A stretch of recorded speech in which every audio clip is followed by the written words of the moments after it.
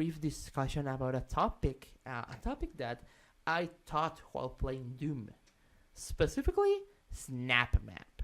All right. So Snap Map is, for those of you who are unaware or haven't played Doom or haven't been following Bethesda and Doom recently, Snap Map is a tool in Doom that allows you as a player to create your own maps. Your own maps for either single player, your missions, campaigns, and stuff, and also deathmatch maps and just fool around with it and basically do kind of almost anything that you can imagine within the Doom gameplay and the Doom ecosystem, right? So it's an engine that for map creation, for stage creation, mission creation, that kind of stuff. And I was amazed at how robust it is, because it was advertised as being a very simple, very easy to learn through, and yes, it is. But at the same time, it is so deep that if you really want to make like a full-fledged mission up to par with what you see on Doom's campaign, it's possible to do something up to that level, but you do have to invest time, right? Absolutely, and just testing and this kind of stuff. But I was impressed at the level of how deep this Snap Map tool is. And there's an engine, a search engine for popular creations done by the community and featured maps and that kind of stuff. And I just I took a dive into that and played a lot of stuff in there. And I was super impressed by a lot of the stuff that I saw and I played. I played a lot of recreations of Doom 1 and Doom 2 maps, right? Yeah. And I played one that I know you're going to like a lot. Someone remade the entire first mission of Halo Combat Involved. Really? On Snap Map. And I saw that and I was like, let's see. I played it and oh my god, it's accurate as fuck. That's cool. So That's so cool. They did the ship. And during the ship, and they did all the scripted events. Wow, of really? The first mission, because you're walking on these halls in Halo, and there's an explosion and the doors close. Yeah, they did that. That's impressive. They place like invisible triggers that when you cross them, this door explodes and things it closes down. Right. And they place Marines. Cool. So, and they did that by placing a special breed of demons that do not attack you. That they place them as allies. Okay. And they placed them, and they took the role of the Marines from Halo, and they made them to the guy that did this map. He programmed them, or he put them to be weak and like just standing there, so that the scripted sequences where they get killed would happen. Okay, cool. Right, and wasn't it Captain Keys? Yeah, was the name? He is in there. Really? But he's a demon. But that's so cool. And he has dialogue. They put the dialogue of Captain Keys in there. Wow, that's and impressive. You follow him all the way to his what was that? The command center of the ship. And you go into the command center, and he's there. And there's a dialogue, and there's the breach, emergency signs everywhere. Wow, they absolutely did the mission. Okay, and that's impressive. Same fucking mission of Halo. Wow. And the same, even like the weapons that are available, they use the equivalent of the weapons for here. And I remember very well there was a point where on the original mission when there was a bridge that like a Covenant ship sort of attached itself. Yeah, and onto a ship. Like, and it did that just when you were getting to that point. And it did that with an explosion. It happened. Wow. So I was walking, and then there's an explosion, and then this door opens, and 6 demons come out of there. Yeah. And I'm like, oh my god! And I remember very well that inside that ship on Halo there was some health packs. Right. And there were health packs. Health pack. Yeah. That's. And, oh my god! It's so and there's Cortana speaking and that kind of stuff. Wow. And they did that, and it was. I'm impressed. I was super, super impressed. I was not expecting that amount of, that robust of a system. Yeah, and you can script events, and you can program, like, when you get into this room or you do this, this door closes or this door opens and it cannot be open anymore, or this explosion goes on, or this sound goes up, or this music goes off, or this music stuff. You can do all of this weird and very interesting stuff. And I'm pretty sure that if I take another dive, I can find maybe even other Halo maps or other game even other remade. I did see Halo multiplayer maps remade on Snap. I didn't play those, but I played this mission. I played original Doom campaigns made on this, which I played one that was very, very cool, and yeah, I was super impressed. So I want to talk about the best custom map or stage building engines that we played along the years, because I was inspired by Snap Maps for this topic. So what are yours? Oh, I mean, hands down, Forge. Yeah, Forge is just out of this world. And I mean, it's an impressive thing because they did not have as much. It was not as robust as what you just told me. I haven't tried the one in Halo 5, to be honest. I don't know how robust that one in particular is. But at least the one in Halo 3, that was the one I used the most. I mean, for its time, for 2007, was an incredibly robust engine as well. And you could build whatever you liked. And people embraced it so much that, Bungie at the time was, gave us this... I don't remember if it was a free map or if it was part of a Mac pack, where you could literally erase everything from the map and then rebuild it from scratch however, you want it to. And it was inside this big warehouse. What's the name? Foundry. It's the name of the thing. And you could erase pretty much everything. There were a couple, of holes on the very back of the map where people spawn that you couldn't change. And it was like this little building that went up. But everything else, even inside those halls, the walls and the weapons and the props and all that, and from the inside of the factory itself, of the warehouse, you could erase everything and put it back up any way you want it. And people started doing things so weird and so cool. Like there was this one map, because you could also play do gameplay, so the game styles or game modes. So you could make a game mode that's specific for a certain map, and you could do this. Someone built like this Hot Wheels style racing arena inside of the foundry with, just placing every plank, planks like with a little bit of a tilting towards the inside, and you could, ramp around with the mongooses. Awesome. And it was so many great things about it. And then, people started doing it in a larger scale, and Bungie replied with, larger maps for you to be able to customize them the way you want. Awesome. Up to the point in which now in Halo 5, for instance, there are some multiplayer maps, like some of the how do you call them? Some of the game modes too of the arena multiplayer game of the game, not the Forge part of the game, but the multiplayer itself. They started incorporating some of those maps, some of the community maps that where the best rated or the best the best in well done and things like that. So it's a very, very cool thing that's being incorporated to the Halo experience, and I'm in love with Forge. I'm not using it enough anymore. Now with Halo 5, and I didn't use it with Halo 4 either. But I did remember using it with Halo 3, and after you finish the campaign 100 times, after you played multiplayer for hours upon hours, being able to go there and just mess around. There was this one time, and I remember this very much, with a couple. I don't remember you were included in that. At least some of our group of friends back in when we were young. There was this one map, one of the last map packs that Bungie released for Halo 3. There was this one map that was in the desert, and it has like a lower, like huge empty spaced place, and then there was this big up top heaven-like part of the map, and you usually just play on the middle part, the desert part. Yeah. And that desert part was like, it was a very, very large space, but the playable part was in the middle, and it was surrounded by this like pillars that were protecting you. And if you went out of them, like if you exited that protection zone, the guardians would kill you. There were big towers with lasers that shot beams of energy towards you, and they kill you with a huge explosion, right? We somehow, cheating the game, went grabbed this big prop rock and started moving towards the end of the map with the rock in front of us so that the laser would hit that instead of us. Okay.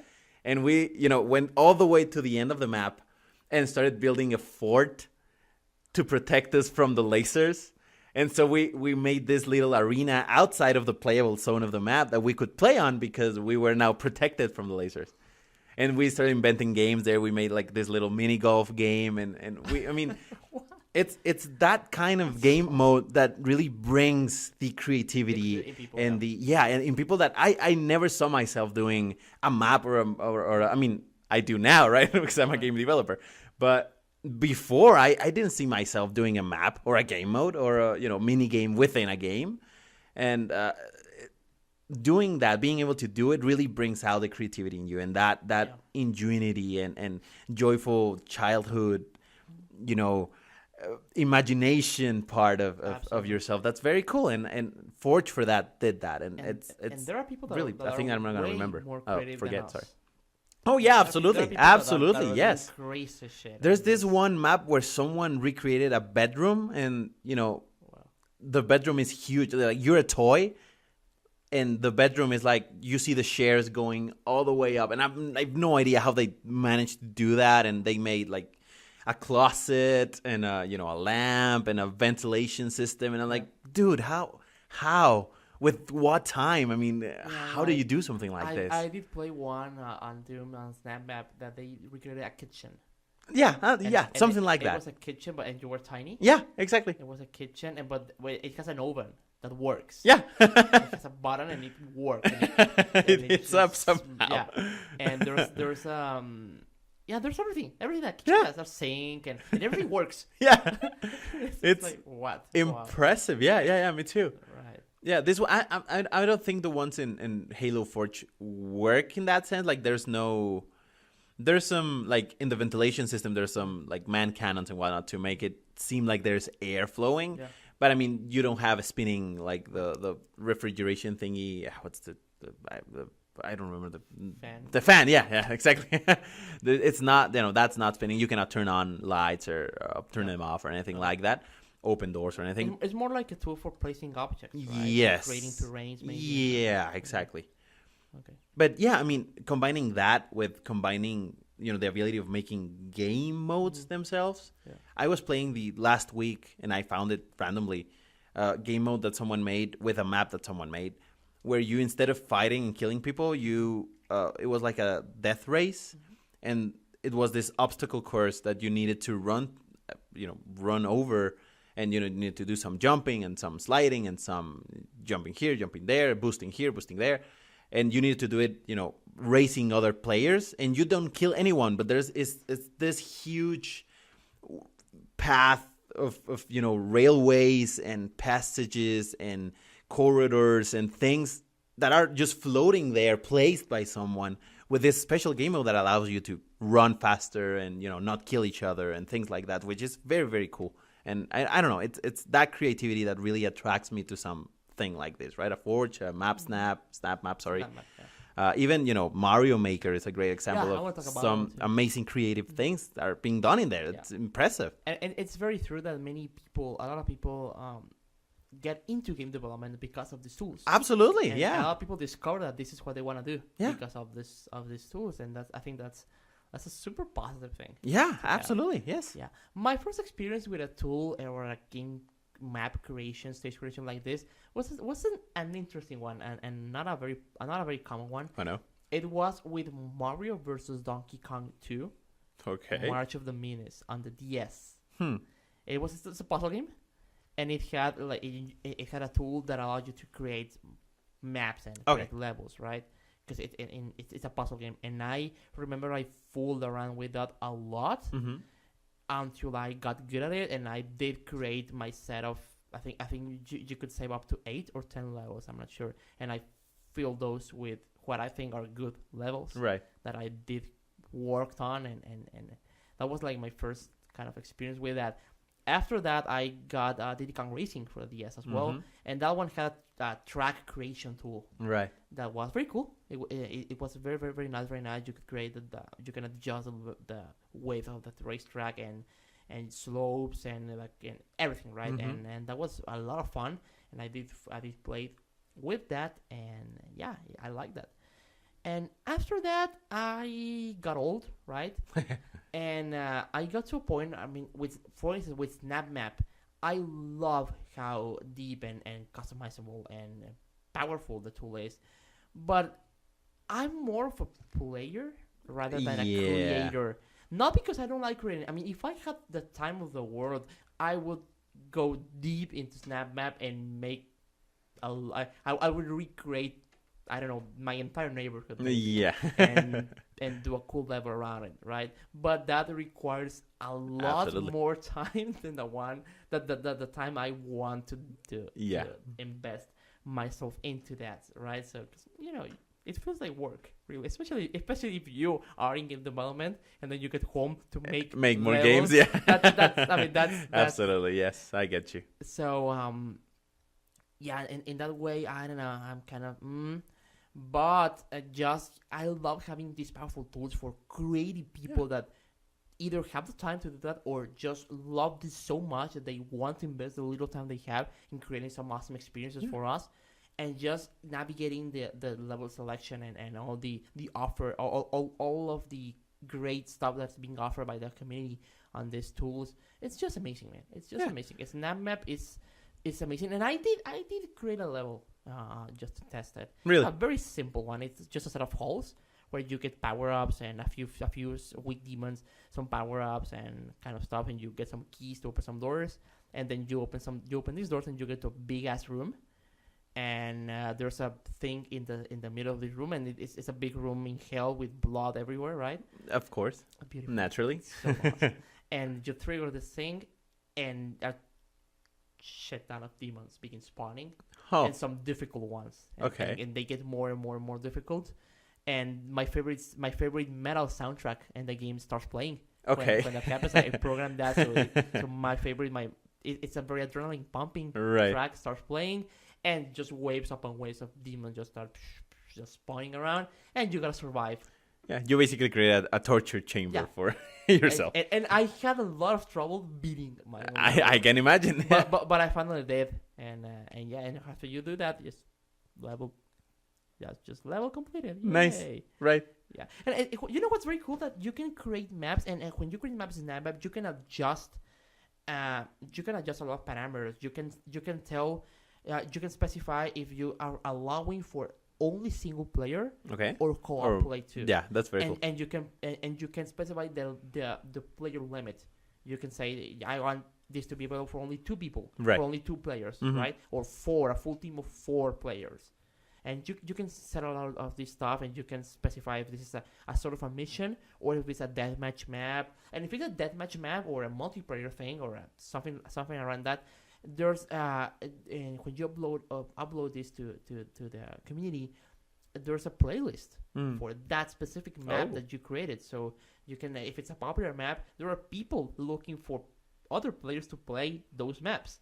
It's so cool. Nice. I love that. Yeah, and I mean, a quick parenthesis, expanding on it. There's a very cool thing that this type of Snap Map and Forge and all that helps a game with its life cycle, right? It extends the life of a game lots and lots and lots. And I mean, we haven't really given any love to PC as with this topic, but it's worth mentioning, for instance, Garry's mod that uses the source engine, and it's at its peak, right? It's a mod, it's a game that's been there for years and years and years, and now up until now it's one of the most used application. I don't know if I want to call it a game, but I guess it sort of is. It's one of the most played games or game creation tools out there, and you can find so many weird, cool things. It's entire campaigns of stories of scary maps and death run maps, and just simply sandbox maps and things weird that someone made a house somewhere with a hurricane or something. It's given that game so much life and that's true for every other game that hasn't. Mario Maker has been alive and well for a good chunk of time now. Yeah. And, like that with PC especially, that has so much, that capability of being modified and changed and amplified and refactored in so many ways, and so many different cool games can be made out of that it's impressive. I mean, I really love Garry's Mod, especially is the one that comes to mind. And yeah, I mean, it's amazing how much life you can breathe into some product. Yeah.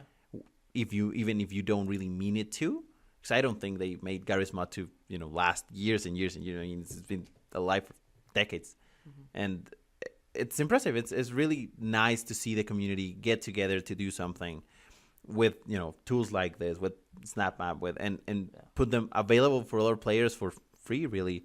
And you see the fruits of their labor being used and being enjoyed out there by hundreds of people, and it's very cool. It's a very, very cool way. It's a two-way enjoyment ride. It's a very smart thing to do in terms of community building. Absolutely, management. That's I mean, and not this modding community and this ability to create maps and stuff is what kept the original Doom alive for so many Absolutely, years, right? Yeah. And people are still to this day creating maps for the original Doom game. That's impressive, right? So Bethesda saw that, right? And they were like, we gotta make it easy for more people to do that. Yeah. On consoles too. So that's why SnapMap is a thing, and Mario Maker is a thing, and and Forge is a thing, and I do think we will still be saying this kind of stuff in the future. Absolutely. And I am excited to see what's the next game that's gonna have. Yeah. That's gonna have is things like this. It's gonna be very, very cool. Very cool. So if you haven't played Doom, yeah, check it out. It's a great game with a great tool for making some very, very cool stuff. And I think I'm gonna be taking another dive these days to see what else gems I can find. Maybe I can find a full Halo campaign. yeah, maybe. Maybe you don't need to buy Halo 5 now. You can just play it in Doom. Yeah, so that's very, very cool.